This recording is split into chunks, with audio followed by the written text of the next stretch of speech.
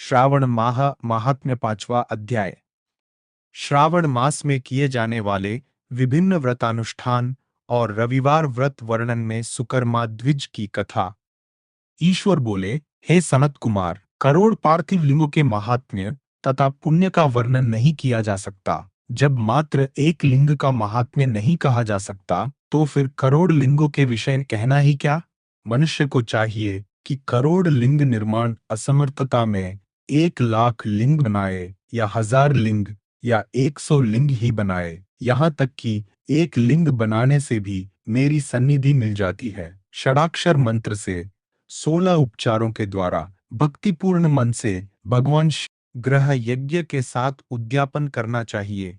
उसके बाद होम करना चाहिए और ब्राह्मणों को भोजन कराना चाहिए। हे सनत कुमार, इस अनुष्ठान को करने वाले की अकाल मृत्यु नहीं होगी। यह व्रत बांझपन को दूर करने वाला, सभी विपत्तियों का नाश करने वाला तथा सभी संपत्तियों की वृद्धि करने वाला है। मृत्यु के पश्चात वह मनुष्य कल्प पर्यंत मेरे समीप कैलाशवास करता है। जो मनुष्य श्रावण मास में पंचामृत से शिवजी का अभिषेक करता है, वह सदा पंचामृत का पान करने वाला, गोधन से संपन्न, अत्यंत मधुर भाषण करने वाला तथा त्रिपुर के शत्रु भगवान शिव को प्रिय होता है।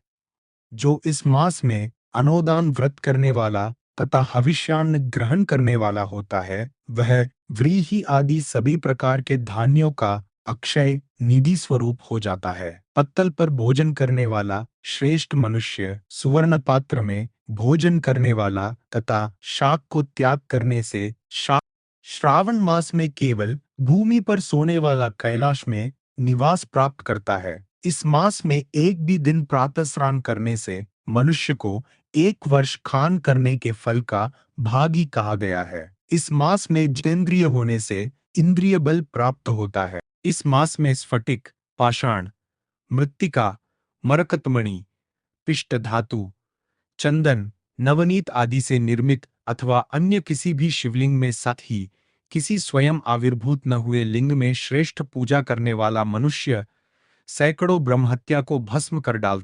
किसी तीर्थ क्षेत्र में सूर्य ग्रहण या चंद्र ग्रहण के अवसर पर 1 लाख जप से जो सिद्धि होती है, वह इस मास में एक बार के जप से ही हो जाती है।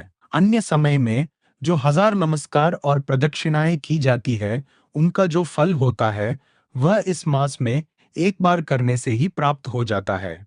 मुझको प्रिय इस श्रावण मास में वेद पारायण करने पर सभी वेद मंत्रों की पूर्ण रूप से सिद्धि हो जाती है। श्रद्धायुक्त होकर इस मास में 1012 पुरुष सूक्त का पाठ करना चाहिए, अथवा कलियुग में उसका 4 गुना पाठ करना चाहिए, अथवा वर्ण संख्या का 100 गुना पाठ करना चाहिए, अथवा वह करने में असमर्थ हो तो ऐसा करने वाला मनुष्य ब्रह्महत्या आदि पापों से मुक्त हो जाता है। इसमें कोई संदेह नहीं है।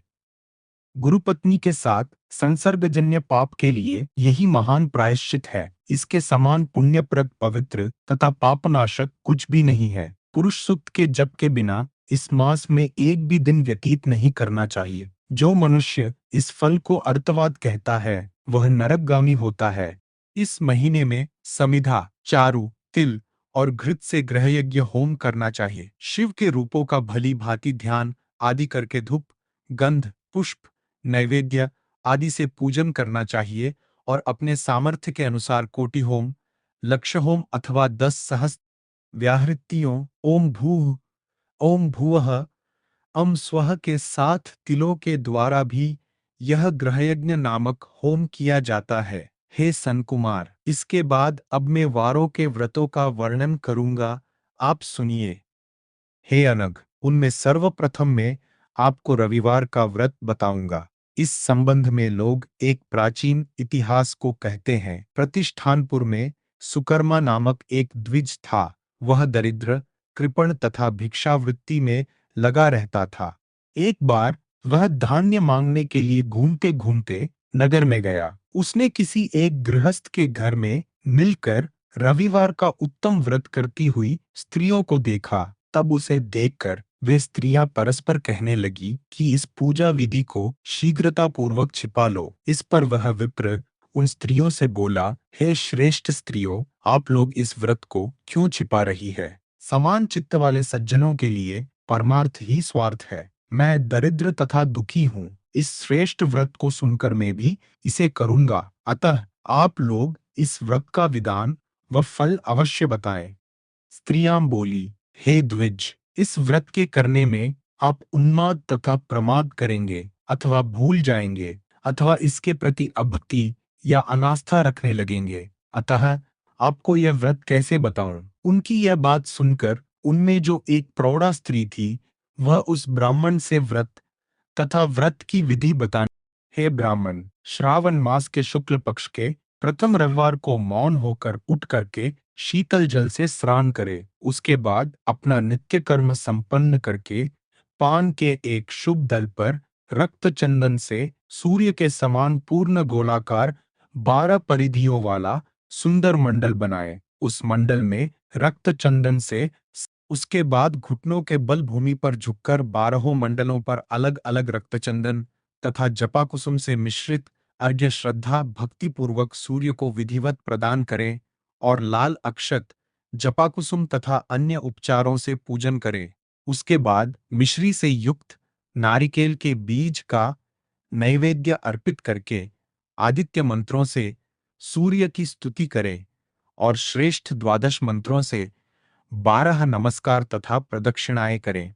उसके बाद 6 तंतुओं से बनाए गए सूत्र में 6 ग्रंथियां बनाकर देवेश सूर्य को अर्पण करके उसे अपने गले में बांध और पुनः 12 फलों से युक्त वायन ब्राह्मण को प्रदान करें।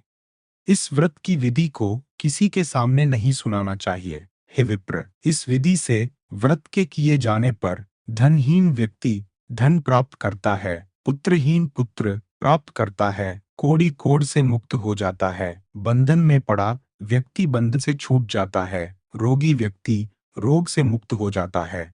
हे विपेंद्र, अधिक कहने से क्या प्रयोजन? साधक जिस जिस अभीष्ट की कामना करता है, वह इस व्रत के प्रभाव से उसे मिल जाता है। इस प्रकार श्रावण के 4 रविवारों और कभी-कभी 5 रविवारों में इस व्रत को करना चाहिए। इसके बाद व्रत की संपूर्णता के लिए उद्यापन करना चाहिए। हे विपेंद्र, आप भी इसी प्रकार करें। इससे आपकी सभी कामनाओं की सिद्धि हो जाएगी। उसके बाद उन पतिव्रताओं को नमस्कार करके वह ब्राह्मण अपने घर आ गया। उसने जैसा सुना था उसी विधि से उस संपूर्ण व्रत को किया और अपनी दोनों पुत्रियों को भी वह विधि सुनाई। उस व्रत के सुनाने मात्र से शिवजी के दर्शन से तथा उनके पूजन के प्रभाव से वे कन्याएं देवगनाओं के उसी समय से उस ब्राह्मण के घर में लक्ष्मी ने प्रवेश किया और वह अनेक उपायों तथा निमित्तों से धनवान हो गया। किसी दिन उस नगर के राजा ने ब्राह्मण के घर से होकर राजमार्ग से जाते समय खिड़की में खड़ी उन दोनों सुंदर तथा अनुपमेय कन्या तीनों लोकों में कमल, चंद्रमा आदि जो भी सुंदर वस्तुएं हैं, उन्हें वे दोनों कन्याएं अपने शरीर के अवयवों से तिरस्कृत कर रही है। उन्हें देखकर राजा मोहित हो गए और क्षण भर के लिए वहीं खड़े हो गए। ब्राह्मण को शीघ्र बुलाकर उन्होंने दोनों कन्याओं को मांग लिया। तब उस ब्राह्मण ने भी हर्षित होकर दोनों कन्याएं राजा को प्रदान कर दी। उस राजा को पति रूप में प्राप्त करके वे कन्याएं भी प्रसन्न हो गई। वे स्वयं इस व्रत को करने लगी और पुत्र पौत्र आदि से संपन्न हो गई। हे मैं महान ऐश्वर्य देने वाले, इस व्रत को मैंने आपसे कह दिया। हे विधिनंदन, जिस व्रत के श्रवण मात्र से मनुष्य सभी मनोरथों को प्राप्त कर लेता है, उसके अनुष्ठान करने के फल का वर्णन कैसे किया जाए? इस प्रकार श्री स्कंद पुराण के अंतर्गत ईश्वर सनत कुमार संवाद में श्रावण मास महात्म्य में प्रकीर्णक नानाव्रत रविवार व्रतादि कथन नामक 5वां अध्याय पूर्ण हुआ।